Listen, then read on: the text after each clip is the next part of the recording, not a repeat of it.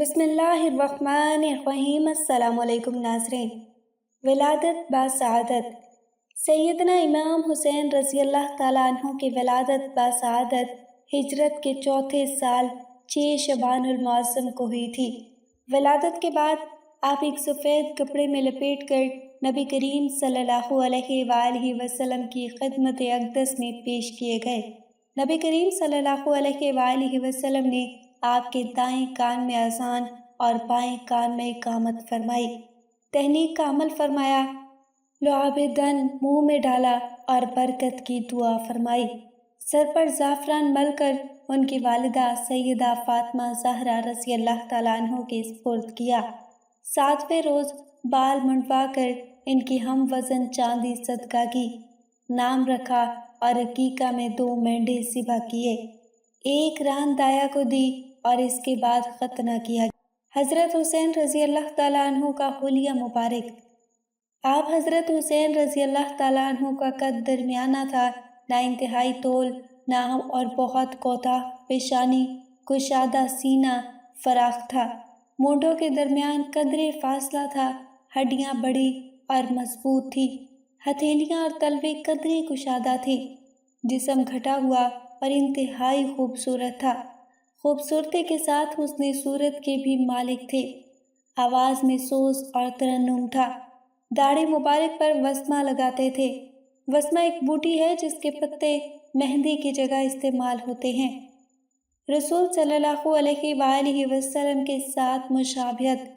حضرت ابو ہریرہ رضی اللہ تعالیٰ عنہ فرماتے ہیں کہ حضرت حسین رضی اللہ تعالیٰ عنہ کا جسم نبی کریم صلی اللہ علیہ وآلہ وسلم کے جسد اطہر سے بہت مشابہ تھا۔ سیدنا حسین رضی اللہ تعالیٰ عنہ کا لباس۔ سیدنا حسین رضی اللہ تعالیٰ عنہ اپنے لباس میں درج ذیل اشیاء استعمال فرماتے تھے: قمیص، عمدہ پوشاک، شلوار، ٹوپی، عمامہ، لنگی، اوپر اوڑھی جانے والی چادر، جوتے، بائیں ہاتھ میں انگوٹھی پہنتے تھے، بالخصوص رمضان المبارک میں انگوٹھی کے نگینے پر اللہ کا ذکر، اللہ بالغ امرہ کے الفاظ گندا تھے، ایک تلوار اور ذرا بھی آپ کے پاس تھی۔ سیدنا حسین رضی اللہ تعالیٰ عنہ کی نشو و نما اور تربیت۔ سیدنا حسین رضی اللہ تعالیٰ عنہ کی پرورش نشو و نما مدنی معاشرے میں ہوئی، جہاں آقا انعامدار صلی اللہ علیہ وآلہ وسلم نے ہجرت فرمائی تھی اور ان نفوس قدسیہ کی صحبت میسر آئی جو انبیاء کے بعد کائنات کے افضل ترین انسان تھے۔ ایمانی دعوت اور قرآنی انوارات سے معمور شفقت بھرا ماحول نصیب ہوا۔ آپ صلی اللہ علیہ وآلہ وسلم کی محبت و شفقت، دل لگی اور پیار کا وافر حصہ ملا۔ کبھی آپ صلی اللہ علیہ وآلہ وسلم کی پیٹھ پر سوار ہوئے، کبھی گردن مبارک پر، اور ان سب پر مستزاد یہ کہ مسجد نبوی صلی اللہ علیہ وآلہ وسلم اور دعوت ایمان کا ماحول، اسلامی جہاد کی فضا اور سیدنا علی المرتضیٰ اور آپ کی زوجہ محترمہ بنت رسول سیدہ فاطمہ الزہرا کا سایہ عاطفت ملا۔ ابیات رسول صلی اللہ علیہ وآلہ وسلم میں ازواج رسول صلی اللہ علیہ وآلہ وسلم کے یہاں بھی کثرت سے آمد و رفت ہوئی، چشمہ نبوت سے سرابی حاصل ہوئی۔ یہ تمام مراحل آپ صلی اللہ علیہ وآلہ وسلم کی نگہداشت و نگرانی میں طے ہوئے۔ سید تعالیٰ عنہ آپ صلی اللہ علیہ وآلہ وسلم اور حضرت جبرائیل علیہ السلام کی ہم نشیبی کا شرف۔ علی بن حسین بن واقد فرماتے ہیں کہ میرے والد نے بیان فرمایا، انہیں ابو غالب نے اور انہوں نے حضرت ابو امامہ رضی اللہ تعالیٰ عنہ سے نقل کیا کہ وہ فرماتے ہیں نبی کریم صلی اللہ علیہ وآلہ وسلم نے اپنی ازواج مطہرات سے یہ فرما رکھا تھا کہ انہیں یعنی سیدنا حسین رضی اللہ تعالیٰ عنہ کو کسی بات پر رلانا مت۔ چنانچہ ایک مرتبہ آپ صلی اللہ علیہ وآلہ وسلم سیدہ ام سلمہ کے یہاں تشریف فرما تھے اور جبرائیل امین تشریف فرما ہوئے تو آپ صلی اللہ علیہ وآلہ وسلم نے سیدہ ام سلمہ سے فرمایا کہ کسی کو اندر آنے مت دینا۔ اتنے میں حضرت حسین آئے اور دروازہ بند دیکھ کر رونے لگے۔ حضرت ام سلمہ نے فوراً دروازہ کھول دیا۔ حضرت حسین رضی اللہ تعالیٰ عنہ آئے اور نبی کریم صلی اللہ علیہ وآلہ وسلم کی گود میں جا بیٹھے۔ حضرت جبرائیل امین نے ارشاد فرمایا کہ آپ صلی اللہ علیہ وآلہ وسلم کی امت انہیں قتل کر دے گی۔ آپ صلی اللہ علیہ وآلہ وسلم نے ارشاد فرمایا، کیا وہ مسلمان ہوتے ہوئے حسین رضی اللہ تعالیٰ عنہ کو قتل کر دیں گے؟ حضرت جبرائیل امین نے ارشاد فرمایا، جی ہاں، مسلمان ہی قتل کریں گے۔ پھر جبرائیل امین نے آپ صلی اللہ علیہ وآلہ وسلم کو اس سرزمین کی مٹی دکھائی جہاں وہ شہید ہوں گے۔ شہدائے کربلا۔ سیدنا حسین رضی اللہ تعالیٰ عنہ 61 ہجری کی ابتدا میں بروز جمعہ ایک قول کے مطابق بروز ہفتہ یوم عاشوراء 10 محرم الحرام کو سرزمین عراق کے مقام کربلا میں شہید ہوئے۔ وہاں آپ رضی اللہ تعالیٰ عنہ کی قبر مشہور زیارت گاہ ہے۔ شہادت کے وقت آپ رضی اللہ تعالیٰ عنہ عمر شریف 57 سال تھی۔ سیدنا حسین کے افراد میں سے 72 اصحاب شہید ہوئے۔ قبیلہ بنو اسد کے لوگوں نے انہیں شہادت کے ایک روز بعد دفن کیا۔ شہادت کے بعد آپ رضی اللہ تعالیٰ عنہ کے اہل بیت و انصار کے سر جدا کر کے عبید اللہ بن زیاد کے دربار پیش کیے گئے، جن کی تعداد 70 تھی۔ آپ صلی اللہ علیہ وآلہ وسلم کا لوگوں کو سیدنا حسین رضی اللہ تعالیٰ عنہ کی نصرت و مدد کی ترغیب دینا۔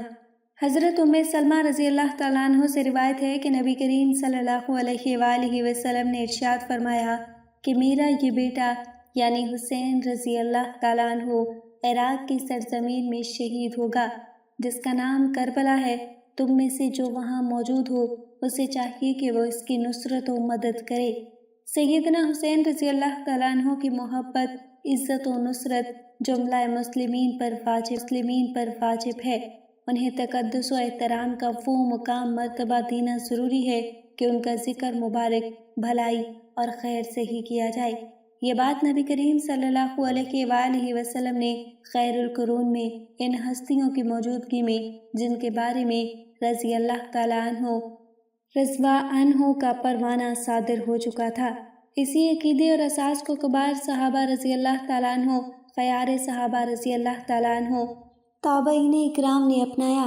اسی پر علماء اہل سنت اور جماعت رہے۔ اب یہ احساس ٹھوس مستحکم عقیدہ اور اساس بن چکا ہے جس میں بحث و تحمیز کی گنجائش ہی نہیں رہی، اور ان مسلمات میں سے ہو چکا ہے جس میں دو نظریات نہیں چل سکتے اور نہ ہی اختلافات واقع ہو سکتے ہیں۔ حدیث ملاحظہ کیجیے۔ حضرت جابر رضی اللہ تعالیٰ عنہ فرماتے ہیں کہ میں نے حجۃ الوداع کے موقع پر عرفہ کے دن رسول اللہ صلی اللہ علیہ وآلہ وسلم کو دیکھا۔ اپنی قصوہ نامی اونٹنی پر سوار ہو کر خطبہ فرما رہے تھے۔ میں نے سنا کہ آپ صلی اللہ علیہ وآلہ وسلم فرما رہے تھے کہ اے لوگو، میں تمہارے درمیان ایسی چیز چھوڑ کر جا رہا ہوں، اگر تم نے انہیں تھامے رکھا تو گمراہ نہیں ہوگے۔ ایک اللہ کی کتاب، دوسرا میرا گھرانہ، میرے اہل بیت۔ سیدنا حسین رضی اللہ تعالیٰ عنہ محبت کرنے والے کے لیے بشارت۔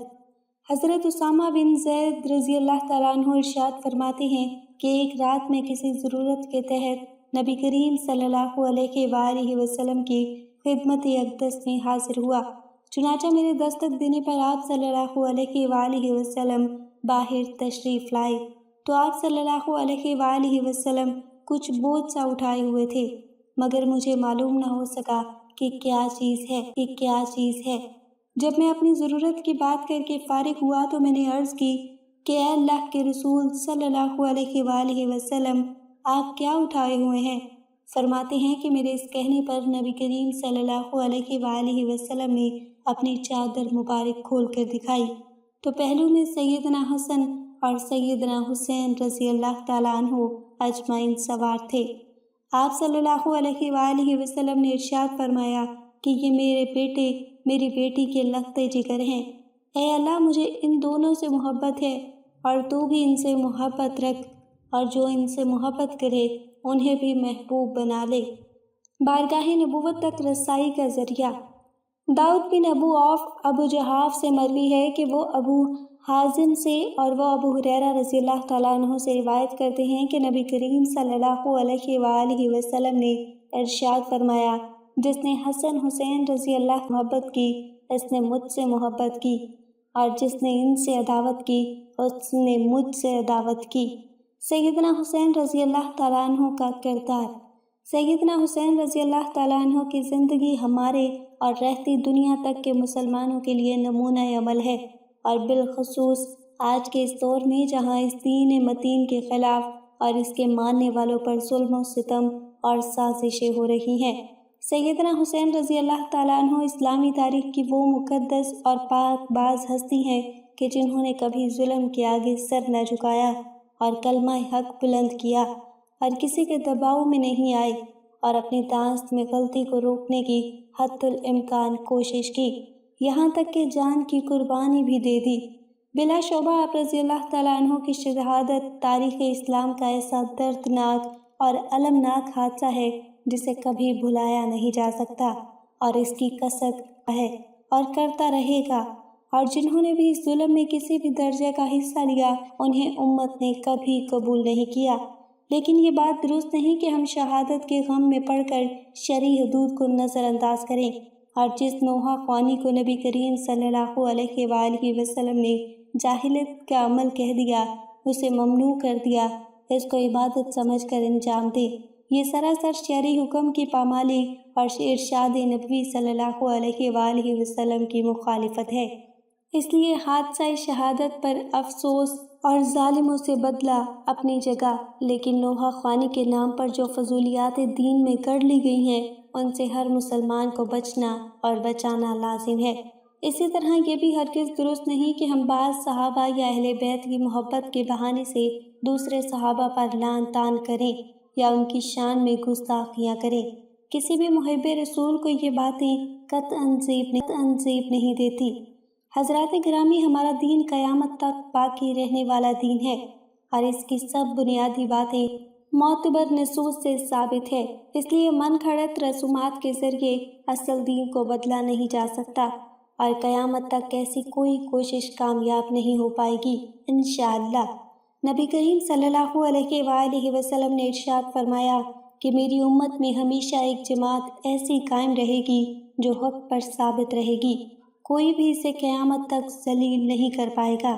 جیسا کہ نبی کریم صلی اللہ علیہ وآلہ وسلم نے ارشاد فرمایا کہ بنی اسرائیل بہتر فرقوں میں بٹے اور میری امت 73 فرقوں میں بٹے گی، انہیں ایک فرقہ ہی پوری طرح کامیاب ہونے والا ہے۔